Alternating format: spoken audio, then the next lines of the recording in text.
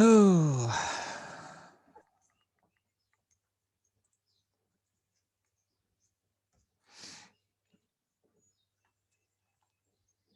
that's pretty much how I feel, Max. What? I said that's pretty much how I feel too. Oh, Like, yawning. Yeah, sorry, I couldn't hear you. I didn't click the computer audio thing. So, man, my dog woke me up from a nap a little bit ago, so I feel the same way.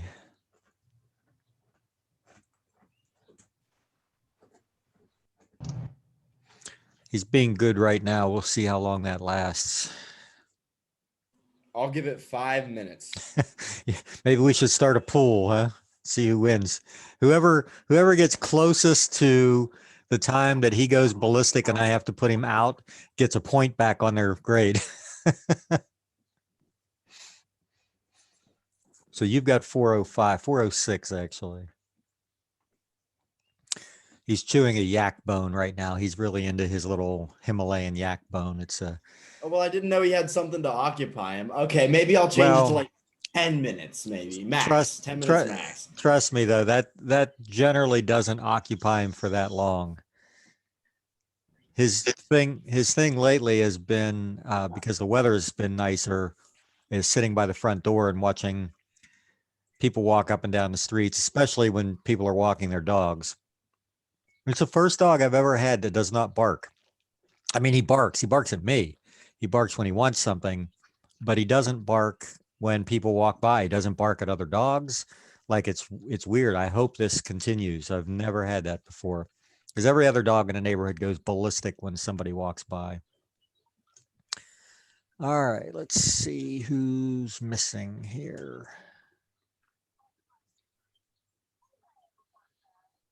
Max. I know she's not going to be here.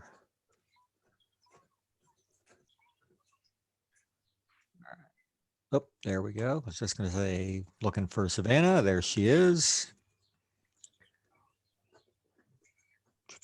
Caleb's here. Hannah.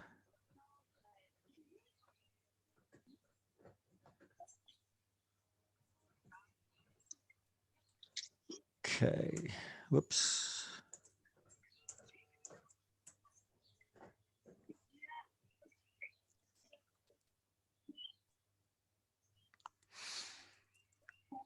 Jaden. Ross. I know I saw Sierra come in. Yep. And Jack. Okay, so we'll keep an eye out for Savannah's having a little bit of trouble getting in, it looks like.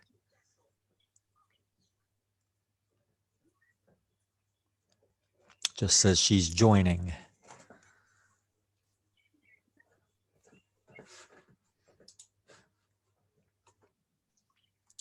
And she finally made it in. I think. Yep, there she is. Okay. All right.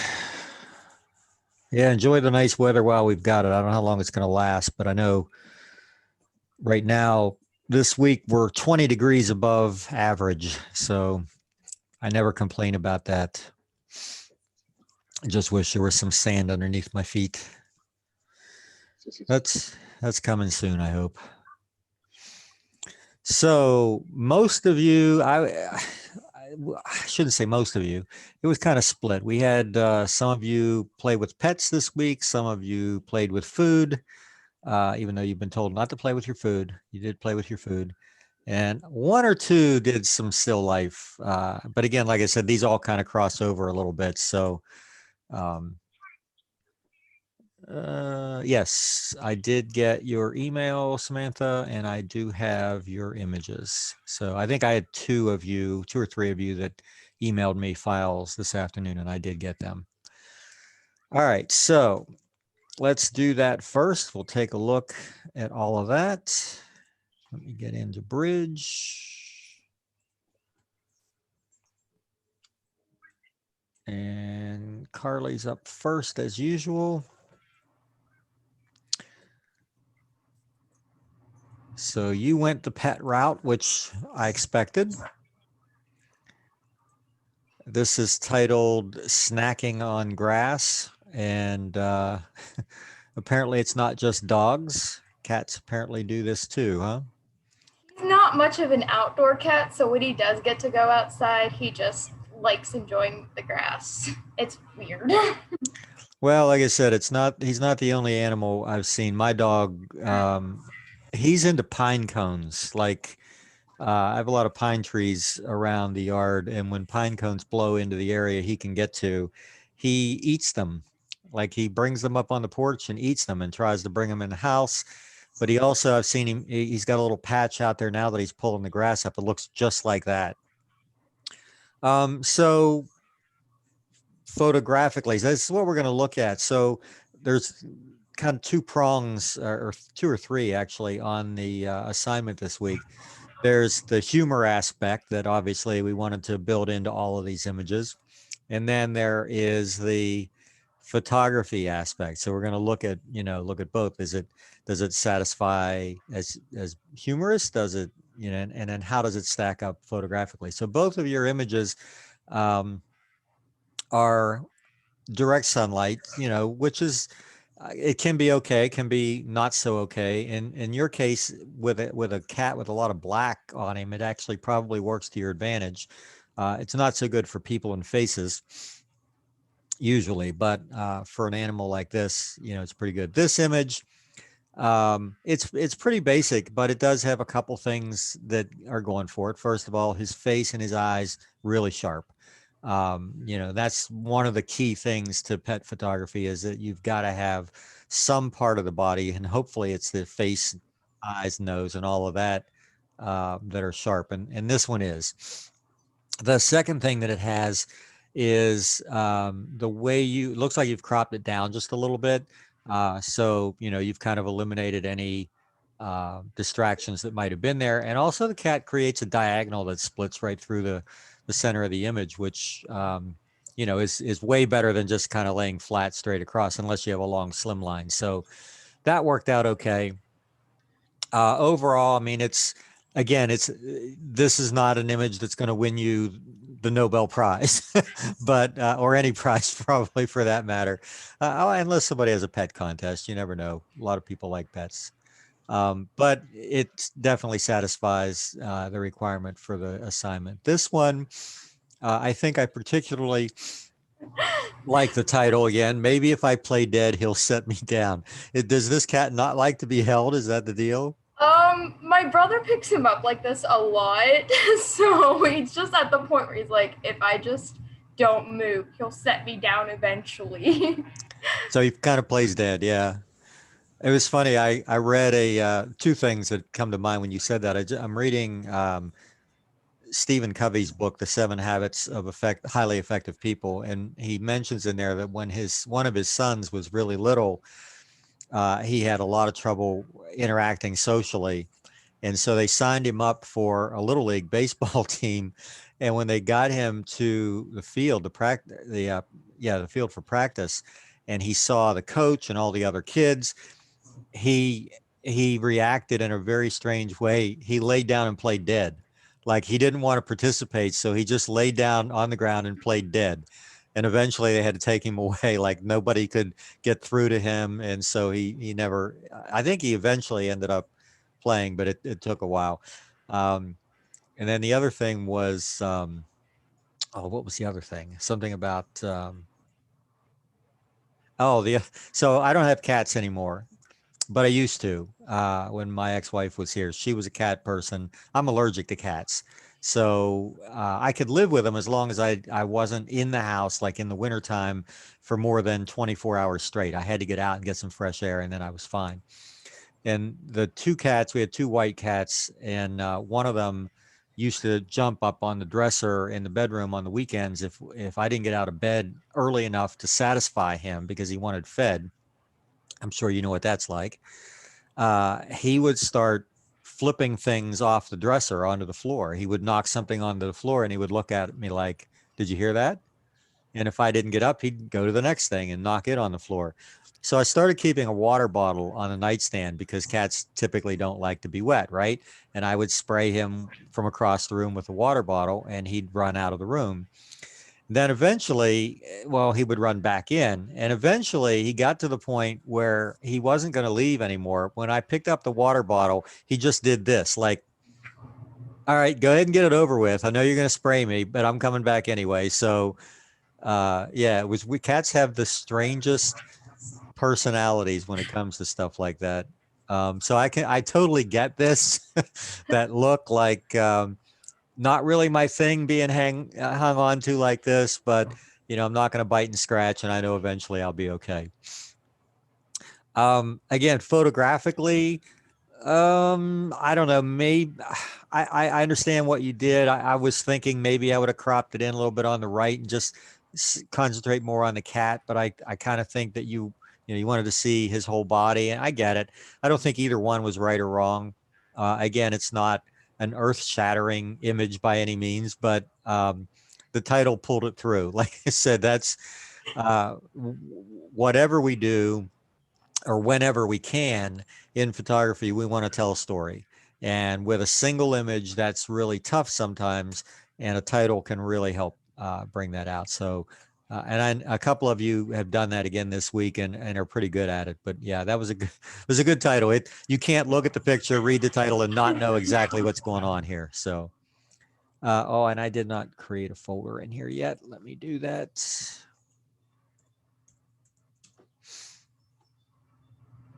So I like the title of that one. I think I might like the other image better, but I don't know. They're both they both have their positives.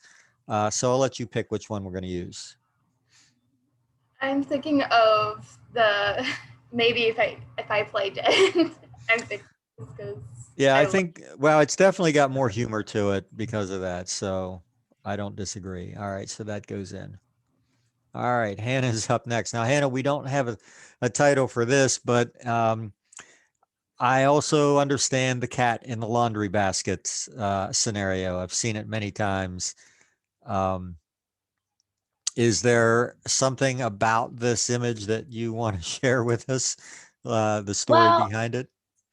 she just has a thing where she likes to climb into baskets and sometimes she'll also lay on laundry. So I had just finished folding clothes yesterday. And so I put her down inside of the basket and decided to take a picture of her. So So that's kind of how that happened. what did you use here? I'm just looking. Yeah, it doesn't give me the information on in the metadata. I'm just seeing like it almost looks like it's a little soft and a little bit grainy. Like I'm not sure. Maybe it's probably mostly the Yeah. conditions, the lighting conditions. Probably it was, I imagine, fairly dim. Is this the full image, or did you crop it in at all? That's the full image. I didn't crop it at all. Okay. Yeah, 11 or 1561 by 11. It's not. Is it a cell phone shot? It's a tablet. It's not Oh, a tablet. cell Okay. phone. I was going to say the dimensions on it were a little odd for either, actually. So yeah, again, I think the biggest issue with the image is just that it's not, you know, it's not sharp all the way through. It's actually not sharp anywhere in the image, but I think that's kind of a function of lenses more than anything else. Phones, and sometimes some of the phones are pretty good, and some of the tablets are pretty good, but a lot of them aren't really that good. They have, you know, plastic lenses, and there's just not a lot of flexibility Yeah. there. So you're going to run into that from time to time.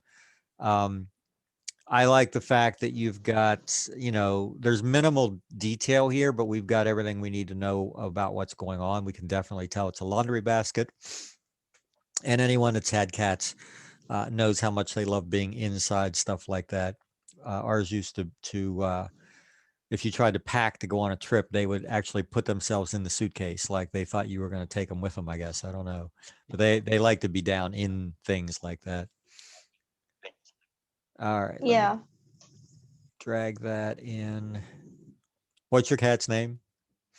Her name's Callie. Oh, for Calico, right? Yeah. Got it. Took me a second. All right, Jaden. So Jaden, we have a couple interesting shots. L Jasper. So I'm guessing the cat's name is Jasper. Yep. And the L coming from the sombrero. Yeah. I think the only, and again, we haven't really looked, I'm just going to open this up. We haven't looked at a lot of editing techniques, but I'm going to throw something on here, which I think will probably help it a great deal. Well, because of the resolution, it's only going to be a minimal adjustment. Let me see if I can make this a little more pronounced.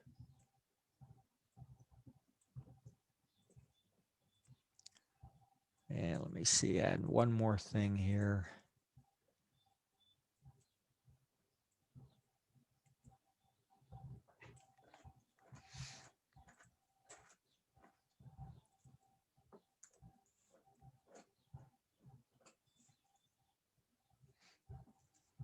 All right, so all I did, and I'll click on and off. So can you see the difference between that and that?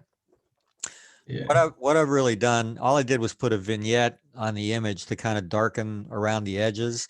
And then I lightened up a little bit in the center where the face is. And I said, we haven't really gone over these techniques, but I just wanted to see, because as prominent as your cat is, I felt like there might be a way to minimize the background a little bit more. And I think that probably does. And it makes him, stand out just a bit more as well, because we lightened up his face. It's good either way. I just wanted to see if it could be improved and show you kind of how that was. The vignette is, let me turn these both off. It's really nothing more than, you can do it yourself pretty easily, just by taking the elliptical marquee, and they've changed the keyboard shortcuts on this now. Oh no, it actually still works the same.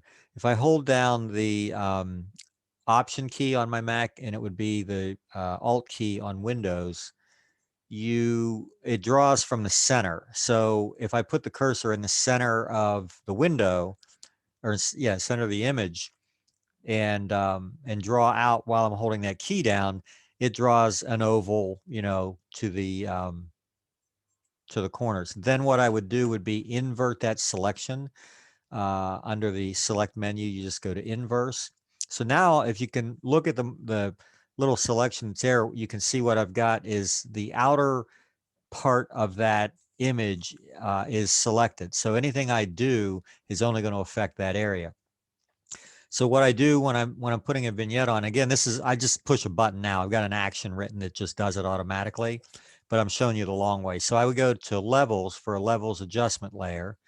And you can see what comes up. It has this little layer mask, and all I'm going to do is pull the midtones way to the right to darken that background. And then two more steps. One, you can see that it changes the color a little bit. So I'm just going to change its blending mode to luminosity instead of normal. So that just changes the density and not the color. But then the problem is that it's really, really sharp edged, and I need to, blend that in a little bit. So while I'm on that layer mask, all I do is put a blur on it. It's filter, blur, Gaussian blur. And the cool thing is that I can just drag this slider as long as the preview button is on, and get a real-time preview for, what that blur looks like. And that's all it is. I have several different types of vignettes. One's white, one's the black and the oval like this. And then I also have the same two that are just square around the edges. But I find that almost every single picture benefits from having a vignette on it, because wherever the subject is, you want to highlight that subject and minimize everything else. So the rule of thumb on anything in photography is, if you want something to look sharper, make everything else in the image look softer. If you want something to look brighter, make everything else in the image look darker. So this is just a way to do that, and make it look a little cooler. But overall, even without it, it's a fun image. I don't know many cats that would let you put a hat on it like that, without ending up with bloody arms. So good job on that. What is that's the I was gonna say, what is that hanging? That's the strap on the sombrero, right? The white that's down Yeah. below. Yeah. So I'd really like it without that strap, but I don't think that hat would stay on without the strap. So. Yeah. All right. So this one I really like. This one has a lot more, well, a little bit more thought, a little more execution. Um, I'm trying to read. So the bottom of that surfboard is something California, Oceanside, California. Is that right? Yeah. Oceanside, Okay. California. So my pet starfish is the name of the image, and so we've got it laying on a beach towel. You made a head for it, and the surfboard. Where did you get a surfboard that size? Uh, I bought this and Oceanside. It like came together already.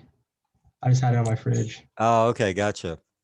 I was gonna say it's kind of odd so it actually had the head on it and everything like that. Yep. Yeah. I think this has got it's got some interesting I think if I was going to make any suggestions to you, what I would have done a little bit differently, not a lot. I probably would have angled that a little bit more to create a little more diagonal with that whatever it's laying on. And I might have tried photographing it from directly overhead, almost like a drone, like if he's actually laying on the beach, like it'd be a drone shot looking down. But with that being said, I don't really mind this either. The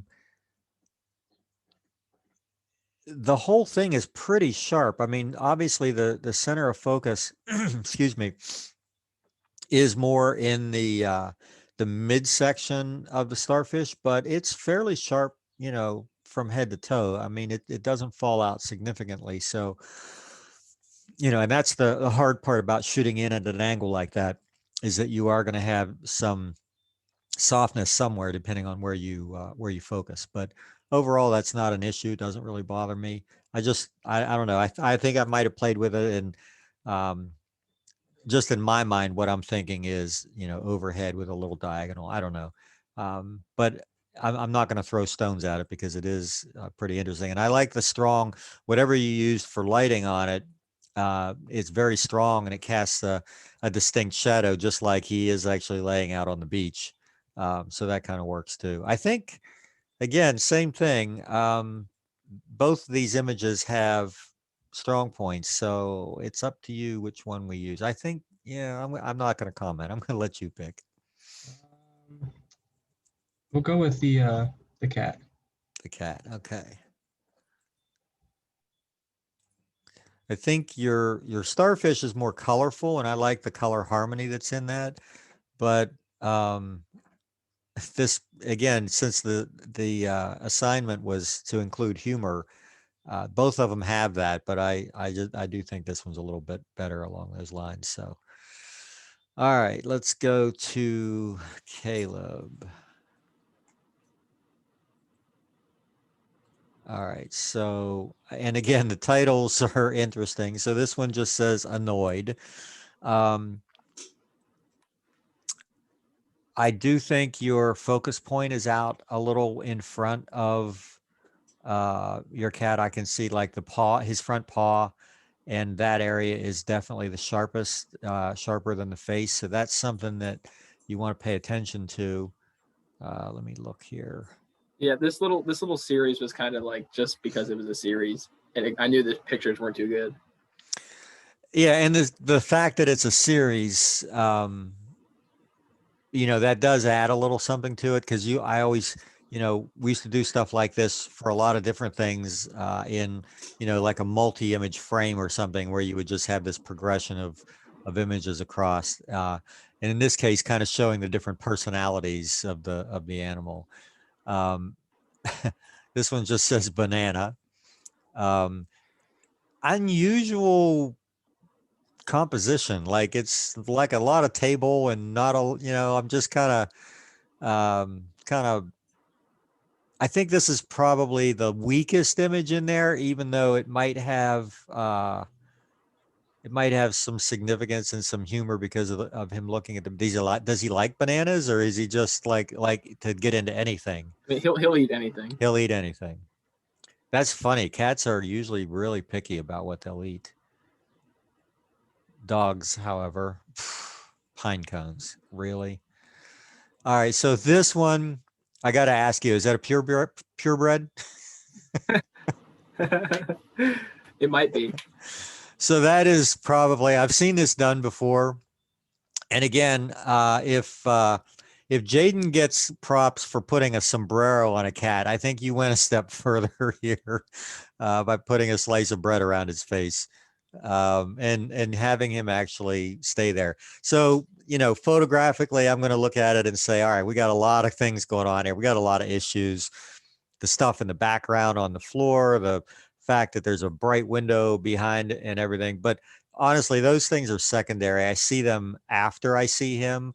It's hard to get past that face in the piece of bread. So it still works. I think there are, this is another one where a vignette of some sort, maybe a different type of vignette might work. Let me throw this on there. Oh, wrong one.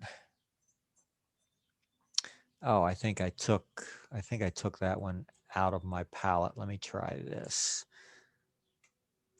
So we'll put a dark one on there, but then we'll reverse it.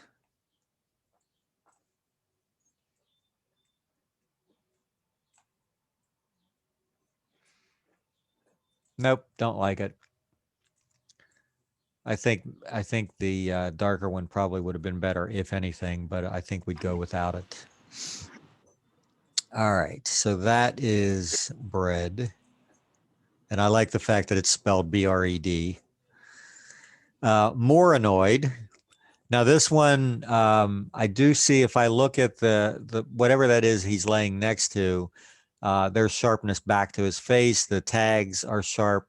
The only thing that's unsharp is a little bit because of the motion, because his head's in movement. But other than that, everything looks pretty good.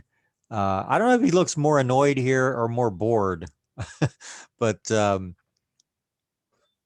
Savannah's having trouble getting in. Her computer's giving her trouble here. She's been in and out several times. Let me send her real quick.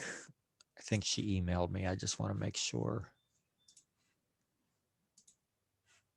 Yeah.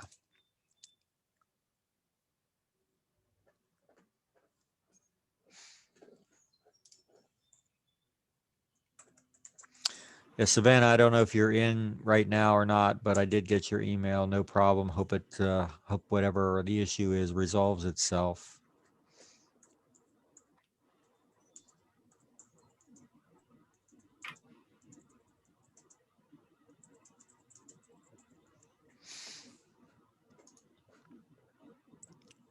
All right. So, yeah, Zoom, we've been lucky. All the Zoom meetings that I've been on in the last year have not really had any technical problems. I know some of you, because of, where you are, especially if you're on campus, might have a little bit of a bandwidth issue, but I've been really lucky here at home. I know next week I'm in a meeting for 3 days where it's face-to-face. It's a hybrid, face-to-face and Zoom. So I'm curious to see how the IT people are going to handle that. We have one guy from Ireland who's not able to make it in. Ireland is still on lockdown. And we have a couple other people that aren't vaccinated, so they're not coming either. All right. So anyway, back to pictures. More annoyed. I think, yeah, I just think because of the sharpness, I think I like that one better than the first one. Let's stay with the cat for a second here. We've got screaming and we've got yelling. So does your cat really yawn that much? This is like 4 pictures right in a row.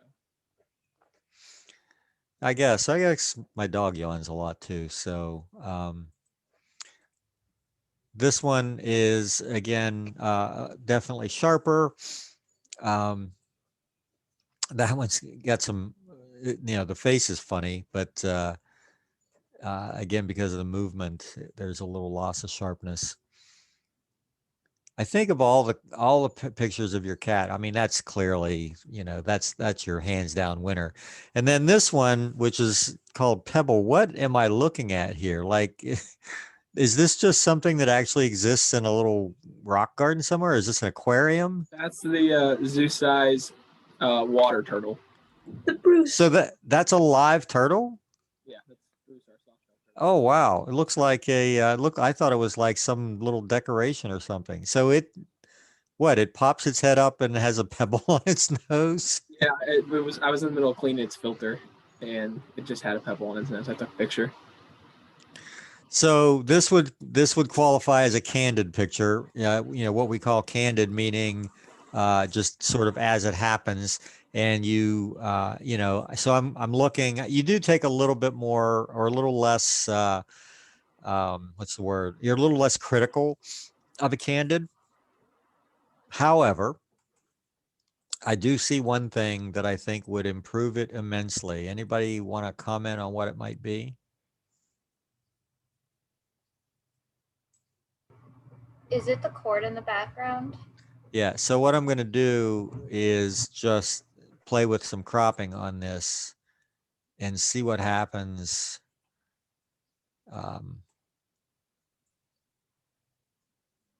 So if we do that, we eliminate the cord and we kind of bring the rule of thirds into play a little bit. I would love to have the head down in the lower left quadrant, but there's no way with the way it was taken to do that.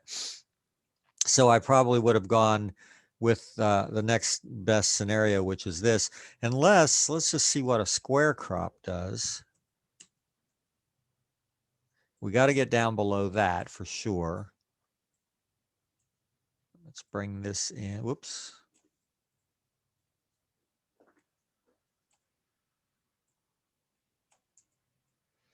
Even that works. Either one. This is the type of an image that you can get away with. You could get away with a center composition. In fact, I think I might like that even a little bit better. But it definitely eliminates the more distracting background and centers right on the turtle. I think if you had done that, I think this, in knowing what it is, I think I might have actually really liked this one the best. But with what you have submitted, I think it's still pretty strong. But I think your cat with the bread on his face, again, when we're looking for humor, both of them are pretty good. But we don't see a lot of cats with bread over their face, so I think that's probably, unless you disagree, that's probably the one we should put in. And there are a couple of the other, like this was a good one. I thought there was another one up here. Yeah, that one's okay. I don't know. I just think, again, for humor, you got to go with that.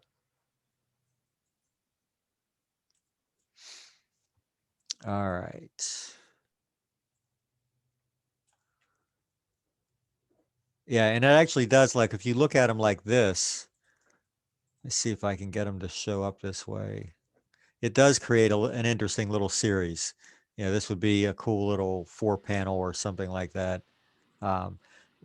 When you have a series and everything matches, you might crop a little bit off of the top of that left one to make it match a little bit more. But, good color harmony in that. Everything is kind of warm and earth tones.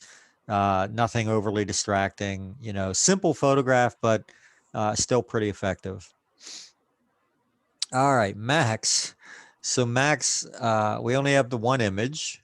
Yeah, my picture's pretty straightforward and to the point, and yeah, I mean, it's nothing special. So again, when we're talking humor, it doesn't take much sometimes to add a little humor, and this one definitely gets the point across. Who Drank My Friend is the title of it. Again, really simple, straightforward. It is a little bit flat and underexposed, I think. Like it probably could have been brightened up a little bit.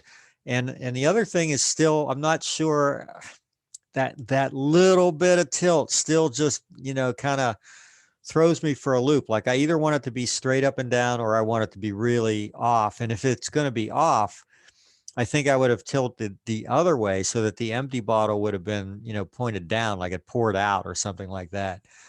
In this case, it probably would have been, I probably would have just kept it, straight up and down. But so photographically, we've got a couple issues, but it does definitely tick the box for humor. Good title, good concepts. We had, I think, one other person did something similar to this. And I like the fact that it's simple. Like it's just, you take away the magic marker and you've got nothing, right?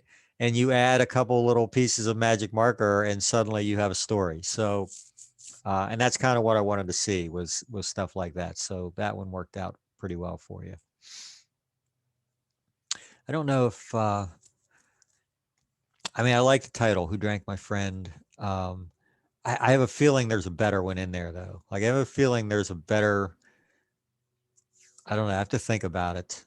The lighting was a little bit hard because I don't have a light in my fridge. So I had to like open the window all the way and turn my light on and try my best with what I had. So Yeah, I think just really more than anything, it's not, the light's soft enough. I think it's just a matter of it not being as bright as it could be. So let me just add, yeah, if you look at the histogram here, both on the shadow and the highlight end, we can pull that in without losing any detail. We can give it a little more punch.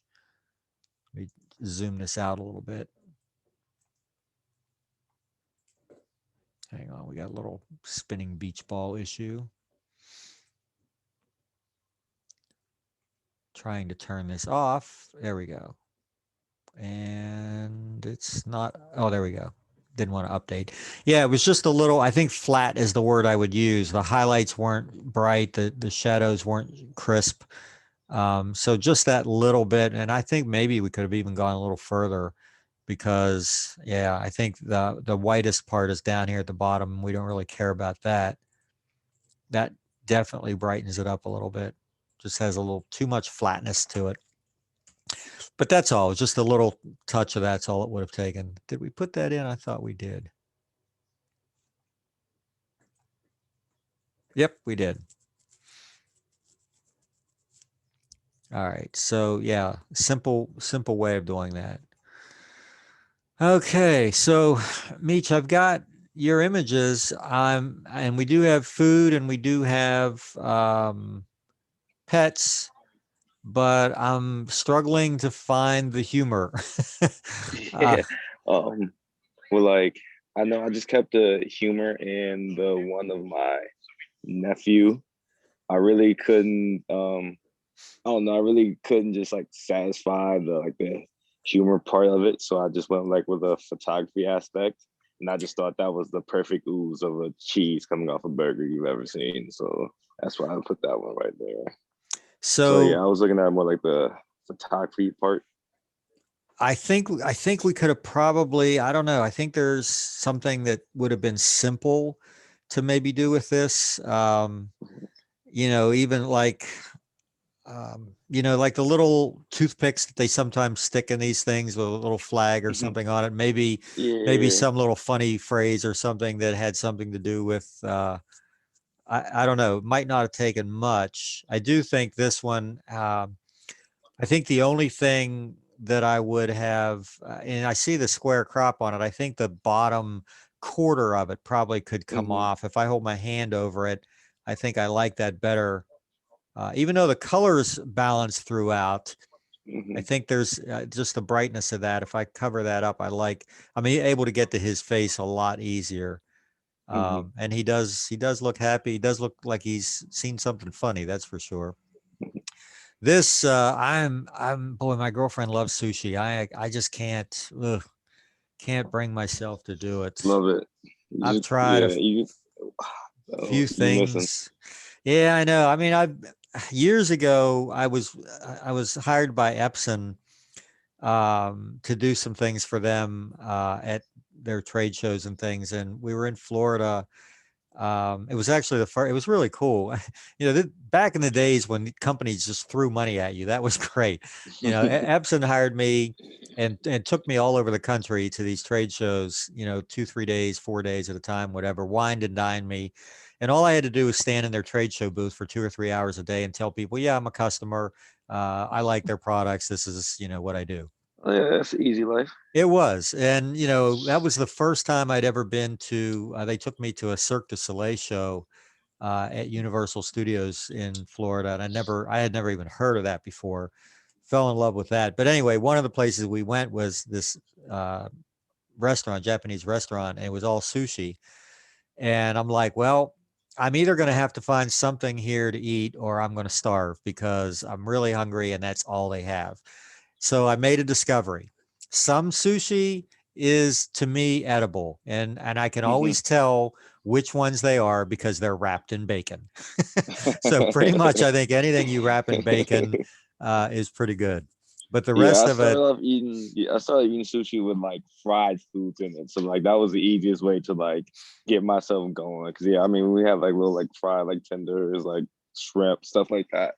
So yeah, I understand. Yeah, I found it in levels. But yeah, I can eat it all. I've tried. I mean, there's, like I said, a few pieces I've found that are good. And the rest of it I've tried. I was at a really good sushi bar in Bermuda a couple years ago and just not my thing. Not my thing. I understand. So then we've got, again, this is something I'm used to seeing this week because that's pretty much what my dog's doing the whole week. He won't climb. He won't get up on the couch though. He sits by the door and, it's weird. He's over 5 months old and I can't get him to climb up onto the back of the couch or jump. Yeah. See, weird. Not that dog, but my roommate, his dog, when it's at his girlfriend's house, she has cats. So basically, like the cats raise the dog because he really just thinks he can do anything. Like he'll get up on the back of the couch, he'll try to climb places. Like he think he can just squeeze and just curl up anywhere. Like it's literally the worst. Like it's literally a dog with cat mannerisms, and I just like can't get over it. Yep, that's environmental if that's what they see. Mm-hmm. I just woke up and that dog was sitting right there in the morning, just like watching the day go by, get started. Yeah, that's what they love to do. I have a window similar to, it's a little longer than that in my front window. It has 9 panes. And my last dog used to sit on the back of the couch and she would end up in the middle pane. And so my neighbors nicknamed her Whoopi because Whoopi Goldberg used to be the center square on Hollywood Squares all the time. And so they always saw her in the middle like that. They also named her Convict because she was an escape artist. She didn't need much of a crack to get loose. Wow. To the point where we actually dressed her up as a convict once for Halloween. But yeah, this is what dogs love to do. So again, for many reasons, this is your best image. It does have a humor aspect to it. It's sharp. It's got really good color harmony. In interesting lighting too. Good lighting. Sort of a kicker light coming through from a couple different sides. So that's your sushi's probably second, but because I hate sushi, we're going with this. Work. All right, Ross. So I'm going to go backwards, Ross, on yours. So this is titled New Age. Again, not an overly phenomenal, interesting photographic image, but it does definitely make a statement. I think if I were going to offer a suggestion on this, though, let me zoom it down a little bit. It's real simple. And that's just get rid of the white wall. Now we've got a little better composition. In fact, I might even consider, let's see here. If we go all the way into there. Yeah, I like that. I like all the distractions gone. I like the off-center composition on that. I think that would have worked really well. I mean, it still makes the statements without that. But again, when I look at it photographically, I see all of that stuff on the left-hand side, which is kind of keeping me from really getting to the story of it. But again, it's not your best image anyway here, so we won't beat it up too much. Let's look at the other two. Topper baseball hitting, lifting plan, transitions. Oh, it says cheat day. So you have a cheat day where you're allowed to eat whatever you want, right? No, No? it's also got a diet plan in there, and I thought it'd be funny to put some M&Ms around it. So that was Well, the thought process behind if it. you're going to cheat, M&Ms aren't the worst thing to do, right? And especially if you only eat that many. These look like peanut M&Ms, are they? Yeah, they are. Yeah, I'll eat peanut M&Ms, but they're not my favorite. You know what my favorite M&Ms are? Dark chocolate. I love dark chocolate, and when I found dark chocolate M&Ms, that was the last regular M&M I've ever bought. The dark chocolate ones are really, really good. But yeah, again, I think it's probably just a little weak in the exposure. Probably brighten it up a little bit would have helped pop the colors a little bit more. But the idea behind it and the thought process and all of that, really good. Simple image again, so not a lot to complain about. It works. Like I said, I just like to see the whites a little brighter, but other than that, it's pretty good. This one says broken rules. I think you can make a lot of different stories in your head from this. When I first looked at it, my thought was that this character in the back is what took the bite out of the Kit Kat, and that's the reaction that it had. Either it was harder than it thought, and because you've got these two fangs kind of hanging down, or it didn't, I don't know, the taste, whatever. But playing the two things against each other like this was pretty good. It's good. Again, color harmony, everything's kind of on the warm side, balanced composition. I think for me, this is my favorite of yours. This one's pretty good too. But technically this one's got a little more going for it. And I think even humor wise, it's got a little more going for it. What was your thought process behind this one? The thought process behind it was the character in the back was kind of reacting to someone just biting a chunk out of a Kit Kat bar instead of breaking it. And that's why it's labeled broken rules. Gotcha. It just was weird eating a Kit Kat bar like that. Yeah, Kit Kat's one of my favorite. And again, dark chocolate Kit Kats. Find those, and man, I'm telling you, you got something. I don't know if you're a dark chocolate fan, but I like some chocolate. I'm not a chocoholic, but the dark chocolate, anything I find that's dark chocolate Milky Ways, dark chocolate Kit Kats, and M&Ms. Those are like my three favorite. If they made a dark chocolate Three Musketeers, I think I'd probably die and go to heaven, because that's my favorite candy bar when I do eat candy. So yeah, that's not how I eat a Kit Kat either. You got to break them off, right? Yeah, you got to break them off and go that way. rules. Yeah, exactly. That's the rule. So for a lot of reasons, I think that's probably your best image. I'm looking technically. Yeah, even the fact that the Kit Kat's really sharp, even though both of these are fairly sharp, but the Kit Kat's sharper, which it probably should be, just having that character just being ever so slightly out probably works to your advantage. Oh, and I also like the diagonal on this one. But again, you might have considered, like I talked about with the starfish, directly overhead might have been an interesting way to do this as well. Nothing wrong with this, just thinking of alternatives. But this one's definitely good. That one's going in. All right. Down the line, we've got Samantha, and looks like we have a little cat series here. Let's start here. Easter Kitty. Get these windows out of the way. Little out of focus again. I know how hard it is with cats, especially. But even the basket's a little bit out of focus. I think the idea is pretty good. You have a couple of them. This one's a little better, obviously, because it's pulled back. I think this one's probably your issue here is probably your distance. All cameras, cell phones, whatever, have a minimum focusing distance, and unless this is cropped, then you're probably in just a little too tight. No, it was. I just cropped it because of her hand. My Oh, mom's okay. hand. Gotcha. So I was up in her face. Yeah, and this one's, because of that, this one's just got a lot more sharp. It looks like this is the setup shot, right? When she's putting the eggs in, getting ready. This is Yeah. the setup shot, and it was so funny because we did the next one, the food one first, to butter her up with food, so she would like it. So this is like a 5-minute process. My mom's petting her and adding adding the eggs, and she's like, "What's going on? What is this?" Yeah, that's the look on the cat's face, is like there is no way they have a clue. And I was using this when I took this photo. I was messing with the what is it called, like the f stop and the ISO and all that, because we were outside and it was a very good day out.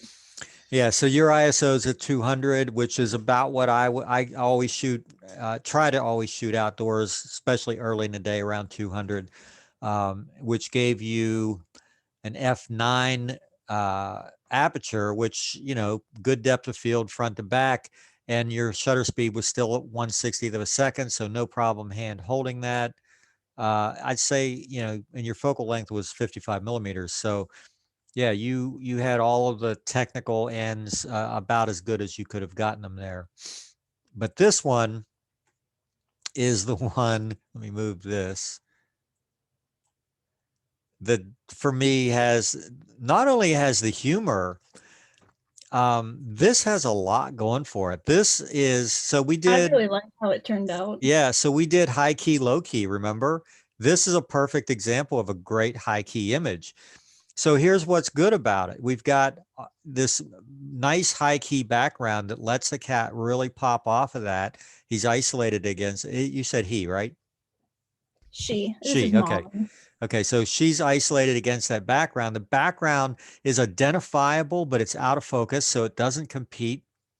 The off-center composition is great for where the cat is, but then this open area of sky gives you an area for the text on the right-hand side. This looks to me like something I would see in an ad for Purina. Like if I opened a magazine and saw this, I wouldn't look at it and think, oh, wow, what's an amateur picture doing in a magazine? I would think this is a cute picture that was done with some thought behind it.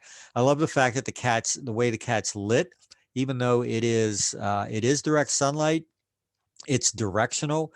And there's enough light bouncing off the grass and who knows what else there from the sky on the right-hand side to fill the shadow side. So even though I can see light direction and a highlight and shadow side, I'm not missing any detail. Your exposure is absolutely dead on. Your focus is dead on. The eyes are tack sharp. I mean, this is one of the best shots of the week for sure, because you hit all the boxes on this one. And the great part, she's eating dog food. Well, somebody did say their cat would eat anything, so maybe your cat's just like that. I don't know. I'm lucky. My dog has not started to beg much. If I'm eating in the kitchen or the dining room, he won't bother me. If I take something to the living room, he's all over me, no matter what it is. And ice cream seems to be his thing that he's really, and of course, what am I eating? Dark chocolate Klondike bars. They're way better than the regular ones. All right, so now you got to explain to me what we've got here. This is called the egg, the chicken, and the snake. Tell me what the story is exactly. So,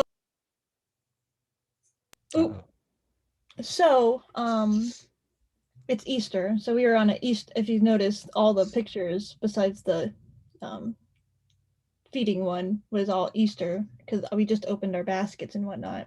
And my mom's like, what if the egg broke inside? And this is inside a big stump. Like, we just cut down some trees. So there's this hole that has, so the snake's coming out of like probably a snake hole. I don't know. But so, and the egg and the chicken. So it was kind of funny that way, like, because, why? Yeah. But we were just playing around. You can kind of see what we're doing because we're in the same spot in the next photo. Yeah, this That's is how big the a little stump more is. of a little more of a pullback. So that's where how I Yeah, knew it's a pullback. something and a bigger and a bigger steak along with what is this? Is that oh that's the chicken. Okay, it was just a different angle Yeah, on that's the the chicken. chicken. Gotcha. So Yeah, I think it's cute. I had trouble understanding like what the story, why the snake, and the broken egg. It just didn't well, quite click with me, but that's yeah, probably it's just me. the snake. That's probably where the snake lives, and it's Easter, so Easter egg. But then the egg broke. And then who broke the egg? So the snake's looking at the chicken. Chicken's looking at the snake. I don't Chicken's know. I feel probably like protecting the egg from the snake too. Yeah. A lot of stuff could be going on there. yeah. Well, luckily we don't have to go and dig too deep into those because this is clearly, I Yeah. mean, this I is love how really, it turned out. really well done. So that's what's going in. And sometimes, again, you look through the progression and you look through all the things that you played with. Even though this wasn't probably the last picture, it was probably more like the first, right? Sometimes that works out, and sometimes you just have to keep working at it before you get to the one that you look at and go, that's the one. That's the one that I was looking for. Yeah, my favorite ones were this one just because of how detailed she is. She's probably like, why are you staring at me? What's this thing in front of my face? Because I was laying on the ground in front of her. And then the other one was just fun because it was like a 10-minute process. And she's like, why are you putting eggs on me? Like I have photos Oh yeah. as she's getting out of the basket, the cat out of the basket, because she finally gave up and just got out. Well, you got what you needed before that, Oh yeah, especially with this one. So I don't know if I put that in. thank you. Nope, I already put that in. All right, so we're good there. So hopefully Savannah is still with us. I know she's been having trouble getting in and out. Are we there, Savannah? Yeah. All right, cool. So I'm gonna start from a different spot. So this one, so we have the two pictures of it Yeah. says Scout 1 and 2. So Scout 2, we've got some obvious issues. Obviously, it's not focused. The wall is in focus, but he's not. And then the cords and the outlet and all of that back there are a real kind of a distraction. So, but the other one, so tell me what's going on in the other one. Okay, so I was babysitting, and that's my little cousin. I only added the other one because it was the aftermath of me offering him a bottle. And so he was happy. But this is him crying and being mad at me because I told him we had to go to bed. And it's just really funny. So I think for me, and I don't know about anybody else, but the thing does anybody else see something that it makes it a little more funny? Like he's standing there with this woman's shoe or girl's shoe behind him. Would look like it would fit his feet, but I don't think that's his shoe.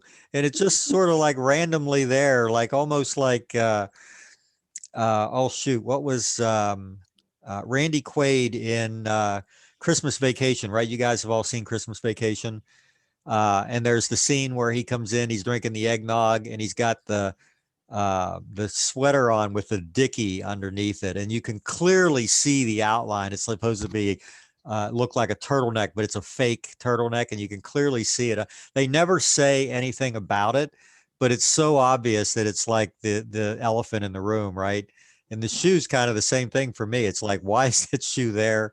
I almost bypass him and go to the shoe to try to figure out the story. What's the little hand movement there? Is that just a? It was kind of him like pointing his finger at me like listen here. Gotcha. So one thing when you're photographing children that I'll tell you a little positive critique here. When you're photographing children, most people do this. They do what you did, and that is photograph them from your vantage point.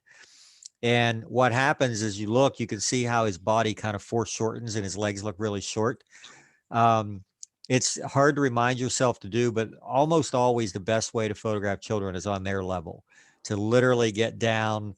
And even with adults for that matter, when I did like say a full length bridal portrait in the studio, so I'm backed away from the subject, the lens on my camera was at about waist height, so that half the body was below the lens and half the body was above the lens. And that gives, it doesn't make them look short or tall. It makes them look exactly the way they are. And with children, it's even a little more important because they are short and we don't, sometimes you want to exaggerate that, and that's fine. But I'm just, again, if I envision this down on his level, I think I get a very different idea and a different perspective on him. Just something to remember going forward when it comes to kids. Just literally get down on, sort of like what Samantha did with her cat in the last one. Get down really low. That's part of what made that image. Let me look at that just for a second again. That's part of what made this image so dynamic, was the low camera angle and, shooting up at the house in the back. All right, so same thing would have happened here. Tell me what we've got here. This just says squirrel. This one is just kind of like a funny picture because it's so creepy. This is at a water park, and I took this a couple years ago, and I just thought it was really funny, and it kind of fit the humor thing. Like, it was like in the kids section of the water park, and it was just really creepy.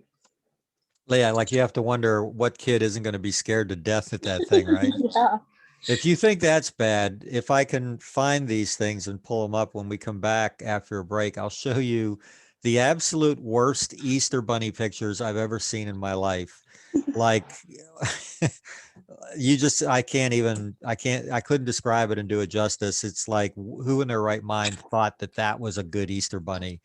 And this squirrel's kind of the same way. He does look a little demonic. And then your last two images it says Riley. So tell me, what does Riley like having things on his head? I really don't know. She does it all the time. Like, if you're in the bathroom, she'll immediately get under the shower curtain. Right there on the stoop of the stairs, she'll sit under the jackets. If she's in my room and I have a jacket hanging on my door, like, she'll go under it. She's just weird, but I just thought it was funny. It is. I mean, that's an unusual behavior for an animal. I thought you had done that, and here Yeah. she does it on her own. She kind of looks like Mother Teresa in the one on the left, if Mother Teresa was a dog. I think for me, one of those two is probably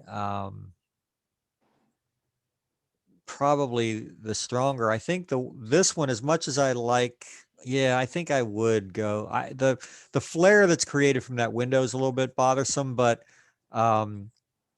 and I probably would have cropped out a little bit of the bottom, but I like having not having the paws cropped off the way it is in the other one. So I think that one under the jacket is probably, for me, a little more, it's a little funnier, and it has fewer distractions. The squirrel is just creepy, so we're not giving the squirrel any more than it's due. All right, so now we're to Sierra. This says the face of anticipation. Sierra, what was this dog? This dog doesn't look like it's anticipating anything but a nap. Well, she was actually looking at my cat that's in the other picture. Gotcha. So this is another cat that's eating grass. It says tasty snack. So cats eat worse things than grass, I'll tell you. So we won't complain about them eating grass. Again, straightforward, picture, elimination of distractions because of the tight crop and everything. Decent. I do like this, and I do like the little tilt on the camera down on this. Yeah, I think I like it in really tight like this. The eyes are still really sharp. Of course, in close like that, the mouth and the nose fall out of focus, but there's really not much you can do about that. The eyes are where it should be focused, and it is. But and those are both cute pictures. I think this one though, probably it's called a Shakespearean tragedy. This one probably ticks the box for the humor aspect more than anything. So the eyes, did you superimpose them on there, or are they like stickers, or how did you do that? I used this application called Metabang Paint for it, and Oh, like I just drew them on. Gotcha, gotcha. Well, their expressions and reactions are priceless, and just like Max's image, I think the X's on the eyes and the tongue out, that's pretty funny. You know, again, kind of reminds me of A Christmas Story, the movie. You know, when he shoot with the BB gun, he shoots the bad guys in the backyard, and they get the X's on their eyes. That's always hilarious. Sierra, yours is a lot better executed than mine. So I mean, executed. So I'll give you that one. Oh man, it's a lot of puns coming out today. So but you have to explain a little bit to me. The Snickers. I'm not sure I'm getting why it's a Snickers. Oh, that's just the candy that was in the eggs for the Easter egg hunt. Okay, gotcha. Yeah. So it could have been anything. It's not the Snickers isn't necessarily, it's not like how do I want to say it? It doesn't play a part other than it was the candy inside the egg. Gotcha. Yeah. It looks like it poisoned them. Yeah, it does. I don't think I'd eat that Snickers bar. That's for me, that's your image right there. And finally, so Zach, you sent me your raw files. This one just says help me. So tell me the story first of all.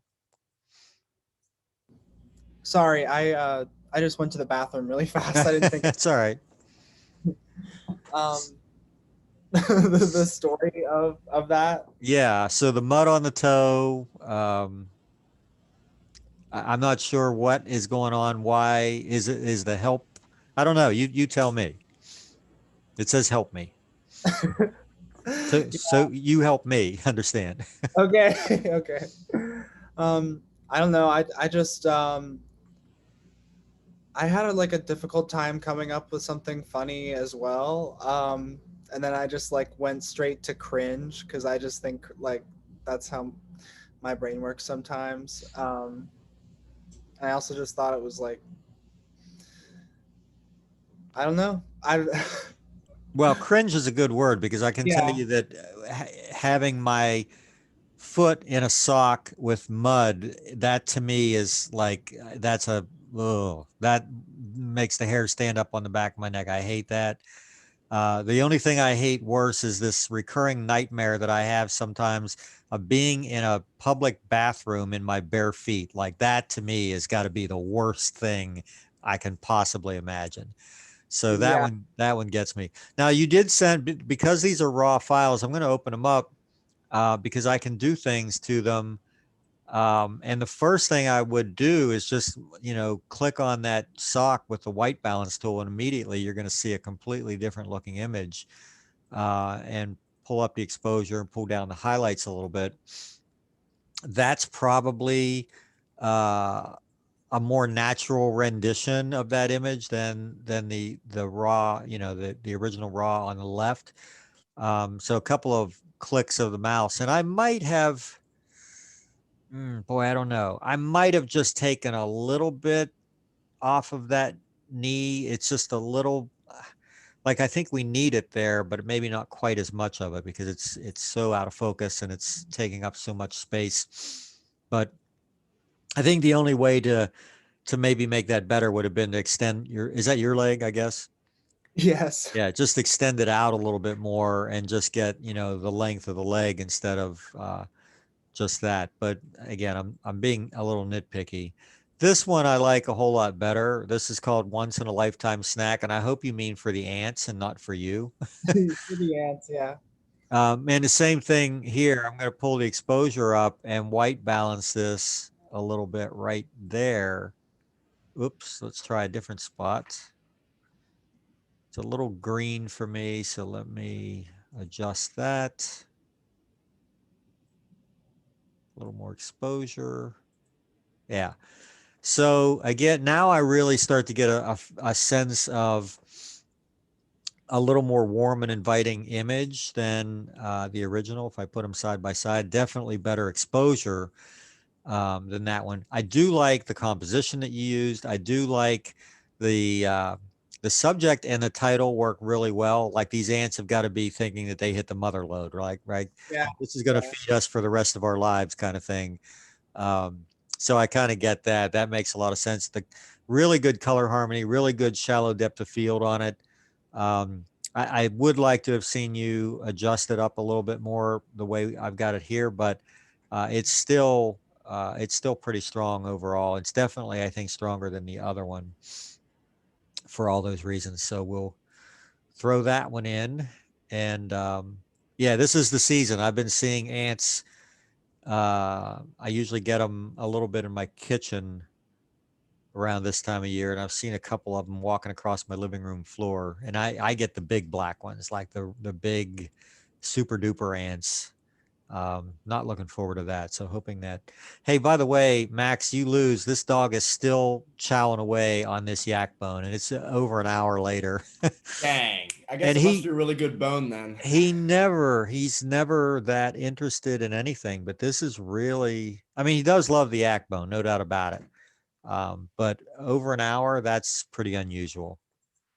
All right. So it's about 10 after 5, 11 after 5. We'll take 15 minutes Wait, here. are we doing best of show? Oh, Or well, yes, because we don't have to wait on anything, so we can do that. This thing is sometimes I have to download during the break and get that to work, but this time we don't have to. Let me get everybody where I can see you. Let me take a little look. One. All right. All right. So that's our lot for the week. Let me see if I can maybe increase their size just a little bit. And now let's go through. So we're going to vote first for Broken Rules. Okay. Once in a lifetime snack.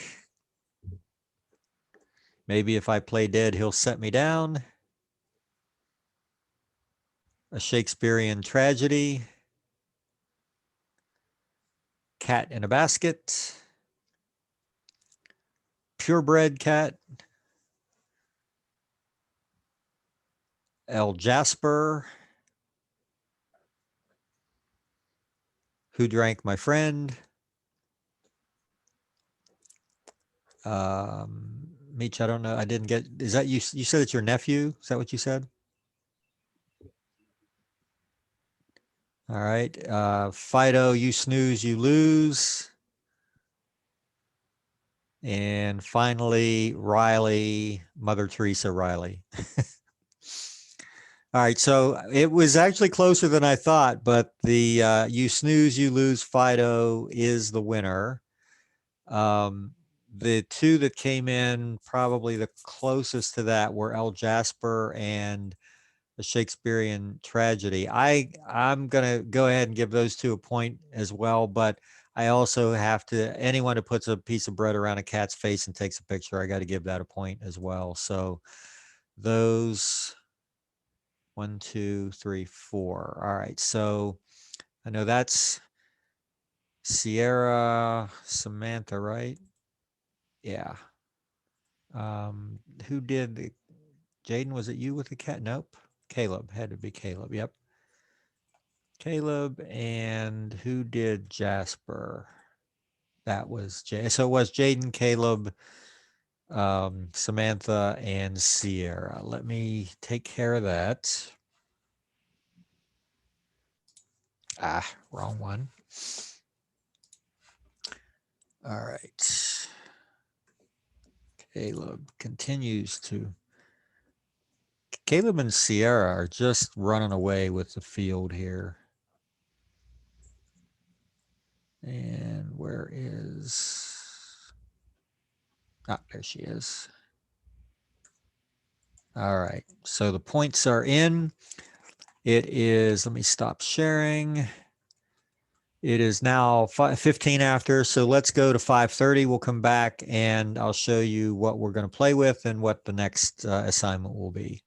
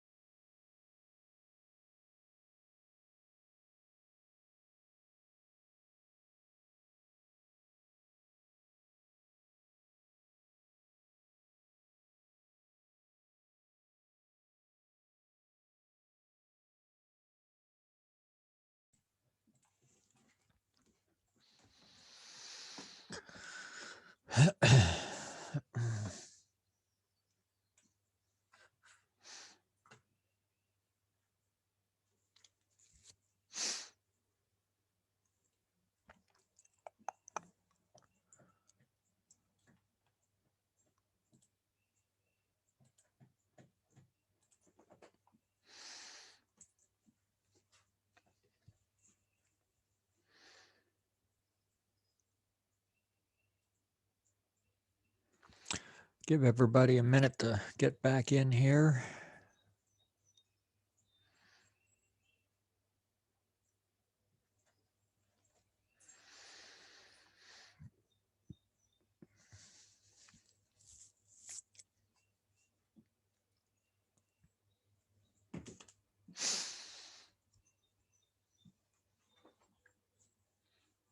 I hope everybody's coming back. There we go, a couple of you.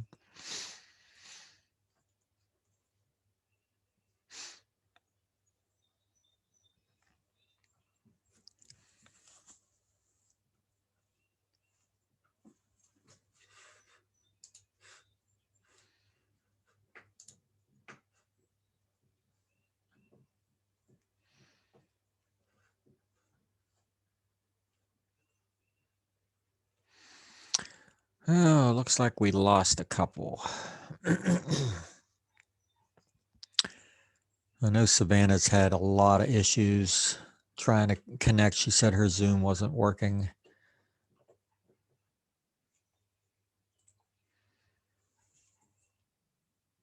So we'll see if she's able to jump back in or not.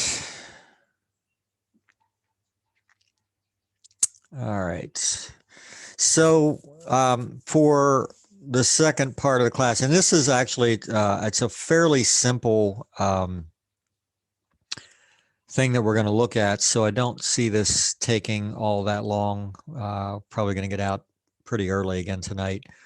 But I do want to go over, this will be what you'll be working on for part of your assignment for 2 weeks from now. Because like I said, next week, I won't be here. So there will be a video posted or two that I may combine together. I'm not sure. But that'll be the instruction for next week. It'll be a different topic. So you will have an assignment for this week or from this week that won't be due for 2 weeks. And then next week you'll get a second assignment that'll be due in 2 weeks. But it's just one picture for each one, really. I mean, you can always do more, but that's really all you need to do to satisfy it. So there'll be 2 topics, one this week, one next week, and one picture for each topic. That's pretty much it. But like I said, you can always do more than that. And sometimes it's better if you can, just because, you know, sometimes what you think is good and what I think is good, you know, we have differences of opinions, and I tend to like things sometimes that you might not think I would. So anyway, this week, the topic, we're going to kind of continue with a little bit with potentially with the humor theme, and also work in something that is sort of along the compositional end as well. And it's called juxtaposition, which I'm sure you're familiar with the word. The definition of juxtaposition in the dictionary kind of hits it pretty well. The act or instance of placing 2 or more things side by side, often to compare or contrast or to create an interesting effect. The one thing that the definition leaves out is the fact that in photography, when this is done, a lot of times it does involve some humor. So I'm going to show you some examples of that. And let me get this window down here. Some of these are a little on the small side, so it might be tough to see. Maybe if I open them in Photoshop, we can zoom them in a little bit. So this is somebody's idea. So in radio, the person who is responsible for what songs are played when and what ads are played when and what commercials, so that, you know, you don't have 2 competing commercials side by side. It's called a traffic director. And you should have the same thing for billboards. And my guess is that somebody did this intentionally. So the top billboard is an image of Jesus that says, "Come unto me, all ye that labor and are heavy laden, and I will give you rest." And underneath that is a Bud Light billboard. So I just, I find it hard to believe that that would be coincidence. I got to believe that somebody did that intentionally, and it is kind of funny. Here's another one. This is just a snapshot, really, but it's two street signs. One says dead end, and it's Dreamway. Dreamway is the street, and it's a dead end. So again, the two things that contrast each other, they do create a little bit of humor. And whether or not anybody even thought that when they put it up it's hard to say, but it's kind of funny. This is an interesting one too. It's a time exposure, with the headlights and taillights of these cars zooming past next to a sign that says "Go slow." Now, the funny thing is these cars could have been going really slow, and just the shutter speed is long enough to make it look like they're moving faster than they really are. But the interesting juxtaposition here, is just the fact that it looks like they're moving fast when the sign's telling them to slow down. And some of these are really just snapshots. That one is. This one has a little bit more thought put into it because, again, time of day comes into play. Around dusk, when you have enough ambient light to give you detail in background and foreground elements, but it's dark enough to let the lights record this way. That's always a plus when you're shooting something like that. Here's another one for juxtaposition. It kind of looks like this boat is about to ram this iceberg. But again, it's just the distance. It's the focal length of the lens, which is very long, and that compresses distance, especially off, in the far distance. So it just looks like, it's nature against man kind of thing, I guess, more than anything. It's a beautiful image. It's again, color harmony on this is really, really good. I love the scale of it. You can definitely see the scale of that ice or that glacier as opposed to the boat. We know how big the boat is, but if the boat's not there, we don't really know how big that ice flow is. So the two are kind of necessary for each other. I think this one's hilarious. This woman probably has absolutely no idea that the photographer saw this and is making a statement that she's got this sour looking face next to this happy smiley face that's on the window.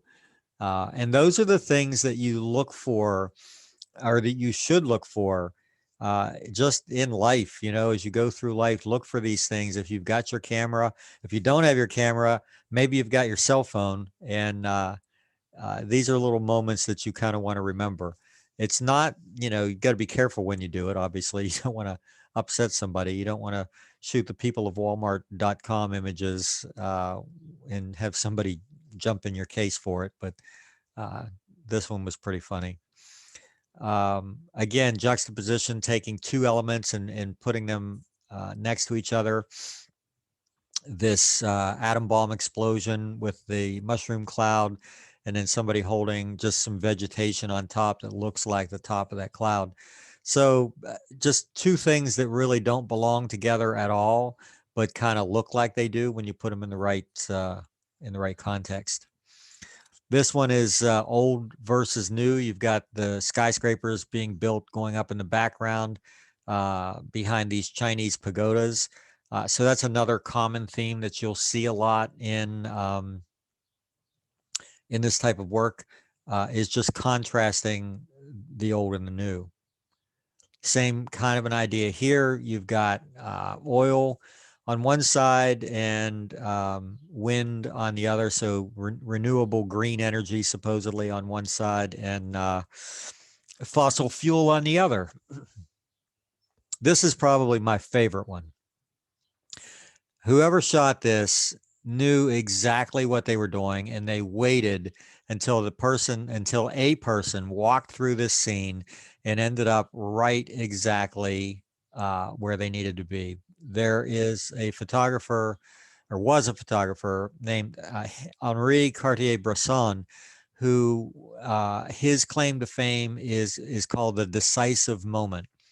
Now, you're going back to a time when photographers were shooting with cameras called speed graphics, and they were sheet film cameras, meaning that you loaded one sheet of film into the camera and you got one shot, and that was it. And then you had to pull that out and reload a new sheet and put a new sheet in. These are the days, believe it or not, where wedding photographers would go out and shoot 10 to 20 images on a wedding. That was it. Like they were shooting sheet film, or even when they got into roll film, they might shoot 1 or 2 rolls of 10 exposure film. And for that to work, for you to be able to fill a wedding album with even a dozen images, you had to know exactly what images to take, and you had to absolutely nail the timing of it. And this is a case of that. This is an image that would have been right up his alley. His thing was about, waiting and knowing exactly when to push the button to be able to tell that story. And so clearly this guy wandered past this, saw this mural on this building in the back, saw the paintbrush and thought, or maybe he actually saw somebody walk in front of it and thought, well, that was kind of cool, and set up and waited for the next person to walk in front. Technically, it's not perfect. Maybe I would have gone more up the street to shoot dead onto this and not have the convergence. Maybe I would have had a faster shutter speed so that the woman's legs weren't blurred out, or maybe not. I mean, it's just really good the way it is. It's hard to nitpick stuff like that. So this, we've got what looks like a homeless guy on one side, and this, he's just kind of lethargic and laying there. And then you've got this, statue of this high energy motion thing going on. Notice that some of these, the ones in black and white, sometimes tend to be a little more, sometimes at least tend to be a little more impactful. The ice flow obviously would not work as well if it weren't in color, but the rest of them, and also probably the lights, the city lights at night, probably works better in color as well. But anyway, the idea here is to have 2 elements, at least 2 elements, but generally it's 2 elements in the photograph that contrast with each other in some way. Either they're totally opposites, or they're things that don't normally belong together, or they challenge our sense of scale or our perspective. There's just something about the 2 elements that the way they're photographed just makes us think a little bit more. All of these are pretty good examples of it. And so you'll have 2 weeks to work on this one, which is just literally to create an image using juxtaposition. Use these as inspiration if you want. I doubt that you're really going to find anything that is exactly like any of these. So I guess they would be just inspiration. But that's what we're going to do for 2 weeks from now. Like I said, next week I will be sending you a link to a video. That video is going to be on using color as a subject. At least part of it will be. We've done black and white already and talked about how to create a good black and white.